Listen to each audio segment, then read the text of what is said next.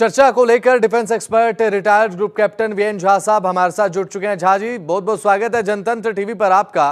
अब वीएन झा साहब, किस तरीके से समझते हैं आप इस पूरे प्रकरण को? लेकिन यहां पर रशिया की तरफ से बात कर ली जाए तो रशिया लगातार ये कह रहा है कि अब अगर हमला होता है तो नाटो की तरफ से एक सामूहिक हमला माना जाएगा, लेकिन यूक्रेन हथियारों की आपूर्ति के साथ हाई जोश के साथ लगातार बढ़ता चला जा रहा है।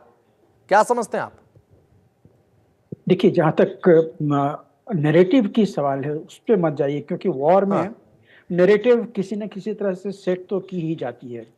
और नैरेटिव जहां तक है, इस वॉर में भी काफ़ी ज़्यादा तक हमने देखा हुआ कि वो नैरेटिव बनाने की कोशिश करते हैं। चाहे आप यूक्रेन की साइड ले लीजिए, चाहे आप रशिया की साइड ले लीजिए, चाहे नेटो के या ईयू की साइड ले लीजिए। एक यहाँ पे चीज़ आपको समझना पड़ेगा कि जितने सारी समाचार इंफॉर्मेशन आपको इस वॉर जोन से फिल्टर होके आती है, ये यूरोप वेस्टर्न मीडिया से फिल्टर होके आती है, रशियन मीडिया से बहुत कम आती है। तो जितने भी समाचार आप सुनते हैं कि यूक्रेन ने इतने इतने इतने हजार किलोमीटर पे, 1000 स्क्वायर किलोमीटर पे कब्जा कर लिया, या कुर्स्क में इतना कर लिया, रूस के इतने सैनिक मार दिए, इसको take it with a pinch of salt, क्योंकि इसमें वास्तविकता जो है वो पूरी नहीं है, वो एक पार्ट है वो कहानी की। लेकिन जहां तक लड़ाई का सवाल है, देखिए आज के दिन में यूक्रेन काफी बड़े सख्ते में है, क्योंकि यूक्रेन का लगभग 25 से 30% जो एरिया है वो आज के दिन में रूस के पास में है। पूरा डोनबास आप ले लीजिए, डोनेट्स्क, लुहांस्क, ज़ैपोरिजिया, ये सारे एरिया तो रूस के पास में है, उसके इफेक्टिव कंट्रोल में है। और हमने कल परसों ही सुना है कि डोनबास के एडिशनल एरिया में जो रूसी सेना है वो घुस गई है। वहां से लगभग 80% जो यूक्रेनी सेना थे, या तो उन्होंने सरेंडर कर दिया है या उन्होंने अपनी जान गंवा दी है। तो इस तरह की नुकसान उठानी पड़ रही है यूक्रेन को। हाँ, कुर्स्क एक ऐसा एरिया है जहां पे कि यूक्रेनी सेना चली गई थी, अंदर काफी अंदर तक चली गई थी, जिसमें से जैसे अभी आपने बताया कि लगभग 40% जो एरिया है उसको नॉर्थ कोरियाई सैनिक और रशियन दोनों ने मिलकर उसको खाली करा दिया है, और वो लगातार अपने कब्जे वाले जो एरिया जो है उसको खाली खाली कराते जा रहे हैं। तो ये एक वास्तविकता है लड़ाई की, क्योंकि रूस ने एक गलती की थी कि ये जो कुर्स्क एरिया है उसने अपनी जो विजिलेंस है लगभग खत्म कर ली थी, बिल्कुल हटा ली थी, और उसी का दुष्परिणाम उसको अभी भुगतना पड़ रहा है कि लगभग 1000 स्क्वायर किलोमीटर में ये जो यूक्रेनी सेना थी वो घुस गई। वेस्टर्न टैंक्स जो थे, बड़े मारक क्षमता वाले टैंक थे, वो घुस गए हैं, ताकि अब वो धीरे धीरे वो नुकसान पहुंचाया जा रहा है, क्षति पहुंचाई जा रही है, और वहां पे भी यूक्रेनी सेना को अब पीछे हटना पड़ रहा है। तो वॉर की ये एक वास्तविकता है जिसको आपको साथ में लेकर चलना चाहिए। ठीक है।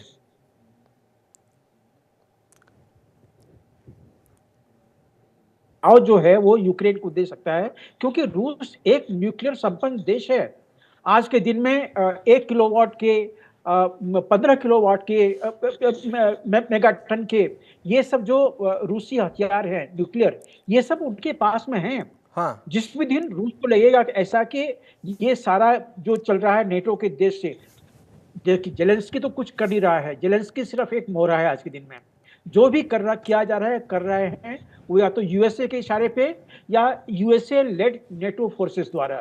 तो ये वास्तविकता आज के दिन में है कि युद्ध रशिया और नेटो के बीच में है। ठीक है वीएन झा साहब, अब आप किस तरीके से इसे देखते हैं? जैसे कि पूरा प्रकरण आपने अपने शब्दों में बताया भी, अब पॉसिबिलिटीज क्या क्या हैं, लेकिन अभी फिलहाल अगर हम लेकर चलें यूक्रेन की तरफ से जो एक कदम उठाया गया है, आने वाले समय में कयासे लगाए जा रहे हैं कि यूक्रेन के लिए घातक सिद्ध होगा, इसमें कोई दो मत भी नहीं, क्योंकि इसी तरीके से अगर स्ट्रेटजी चलती रही तो जाहिर सी बात है यूक्रेन के लिए नुकसानदायक रहेगा।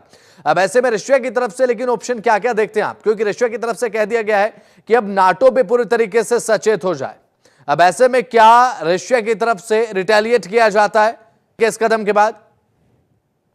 देखिए, जहां तक रशिया का सवाल है तो रशिया डे 1 से मिलिट्री स्ट्रेटेजी में गलती करता जा रहा है। क्योंकि जब 22-24 फरवरी को जब ये अटैक शुरू हुआ था, the so called military campaign, military operation, तो इसमें रशिया काफी सारी गलती की है। और उसी के एवज में उसी का परिणाम है कि उसके सैकड़ों टैंक बर्बाद हो गए हैं। जो आर्मर्ड पर्सनल कैरियर है एपीसी, वो बर्बाद हुए हैं, एयरक्राफ्ट बर्बाद हुए हैं, हेलीकॉप्टर बर्बाद हुए हैं, आर्टिलरी बर्बाद हुए हैं। ये उसका दुष्परिणाम है, क्योंकि इन्होंने मिलिट्री स्ट्रेटेजी की जो प्लानिंग होती है वो ठीक से नहीं किया था। तो अब आज के दिन अगर आप सच पूछिए तो रशिया का जो मिलिट्री ऑब्जेक्टिव था इस लड़ाई में, ये जो यूक्रेन का उसका कैंपेन है, वो पूरा हो गया है। डोनबास लगभग सारा उसको मिल गया है। अब जो ये चापोरिया के नीचे वाले एरिया में मेट्रोपोल, ये सब जो एरिया में उसके जो बड़े कट्टर सैनिक थे, जिसको वो कहते थे कि वो जिस तरह से जो जो इसराइल के सैनिक जो होते हैं उस तरह के मेंटल प्रकृति वाले ये लोग थे, तो इनको खत्म कर दिया गया है। तीसरा, आज के दिन में यूक्रेन लगभग ये इस लायक नहीं रहा कि वो नेटो को ज्वाइन करेगा, क्योंकि वहां पे लड़ाई चल रही है और जिस भी देश में लड़ाई चल रही होती है वो नेटो का मेंबर नहीं बन सकता है। तो ये तीनों चीजें जो हैं वो रशिया की पूरी हो गई है। तो अगर रशिया चाहे तो आज के दिन में वो सीज फायर के लिए जा सकता है।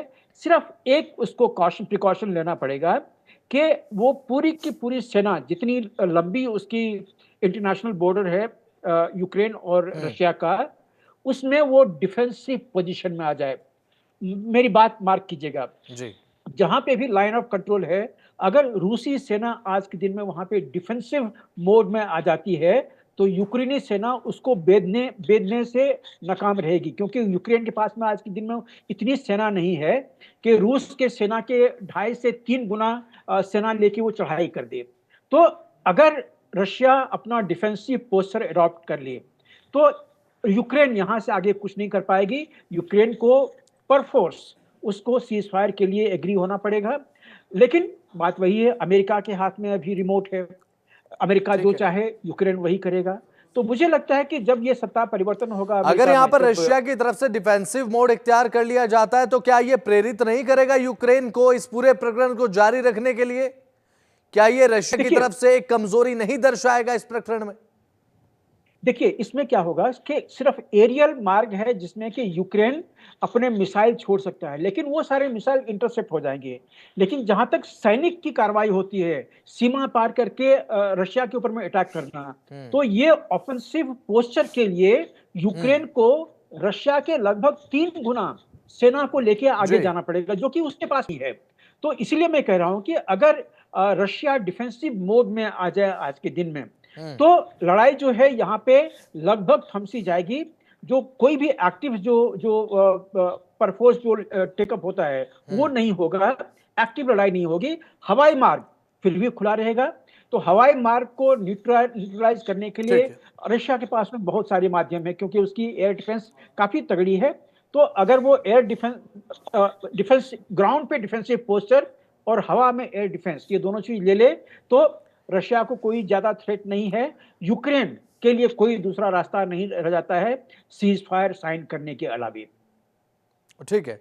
वेन झा साहब, यहां पर अमेरिका की बात अगर मैं करूं तो यहां पर जो बाइडेन के हाथ में भी सरकार है। अभी फिलहाल जो मौजूदा राष्ट्रपति है जो बाइडेन साहब हैं, और आने वाली जब सत्ता का हस्तांतरण होगा तो ट्रंप साहब तो ये दावा कर चुके हैं कि आने वाले समय में रशिया यूक्रेन को शांत कराया जाएगा। इस तरीके का दावा प्रेसिडेंशियल इलेक्शन के दौरान देखने को मिला। लेकिन अभी फिलहाल जो बाइडेन सरकार कर रही है, अब हथियारों की भर भर कर आपूर्ति यूक्रेन को कर रही है।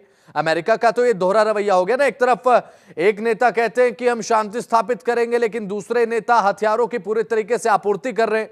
तो कहीं ना कहीं अमेरिकी ने आपसी टकराव का खामियाजा कहीं ना कहीं यहां पर दुनिया के इस संभाग पर दिखाई दे रहा है, क्योंकि यहां पर डोनाल्ड ट्रंप के सामने चैलेंज पेश करने के लिए जो बाइडेन इस एरिया में ज्यादा आपको लगता है कि इंडल्ड कर चुके हैं अमेरिका को?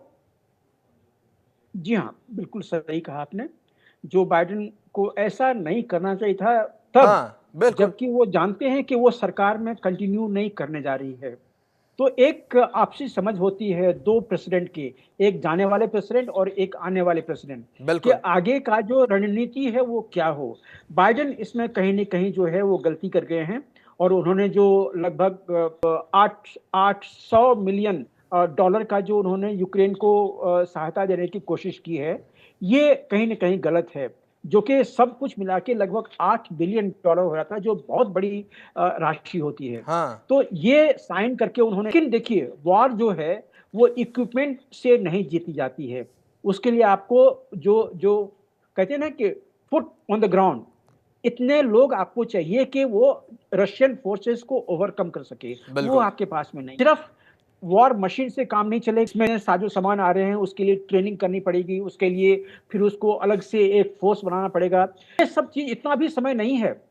ट्रंप आएंगे, ट्रंप आने के बाद सिर्फ वो एक चीज कहेंगे कि आज से हम यूक्रेन को हथियार देना बंद कर रहे हैं, क्योंकि हम चाहते हैं कि उस एरिया में शांति हो। और ये ठीक है, मैंने आपको बता ही दिया कि ये जो युद्ध चल रहा है, ये रशिया और यूक्रेन के बीच में नहीं चल रहा है, ये रशिया और नेटो के बीच में चल ठीक है। रहा है। जिस ठीक दिन है, नेटो रशिया और नाटो बैकआउट के कर बीच जाए, की तो ये जंग युद्ध है बढ़ ये जो जाएगा। साहब, लेकिन अभी फिलहाल कोरियन सैनिकों की भूमिका बड़ी ज्यादा यहां पर चर्चाओं का विषय बन चुकी है अगर देखा जाए। अब ऐसे में बात अगर क्या की करें तो डोनाल्ड ट्रंप साहब के साथ किम जोंग उन के जो अंतर्राष्ट्रीय संबंध हैं, इंटरनेशनल डिप्लोमेटिक जो आपसी रिलेशंस हैं, वो बेहद ज्यादा अच्छे नहीं हैं। अब ऐसे में क्या किम जोंग उन ये नहीं समझ रहे हैं कि इस प्रकरण से खुद को जितना ज्यादा विड्रॉल किया जा सके किया जाए, क्योंकि आने वाले समय में अमेरिका में डोनाल्ड ट्रंप साहब का शासन होगा और डोनाल्ड ट्रंप साहब जिनके साथ नहीं बनते हैं उन्हें तो अच्छे से देखते हैं, चाहे वो प्रतिबंध लगाने को लेकर ही क्यों ना देखा जाए, उनका इतिहास भी यही रहा है।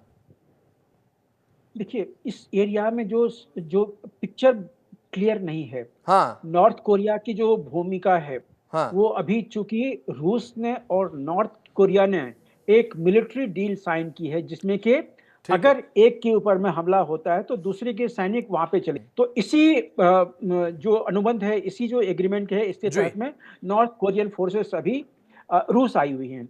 लेकिन नॉर्थ कोरियन फोर्सेस को उन्होंने वहीं पे लगाया है जहां पे कि कुर्स्क के में जो जो यूक्रेनी सेना है, वहां पे आगे बढ़ने के लिए लगाया हुआ है।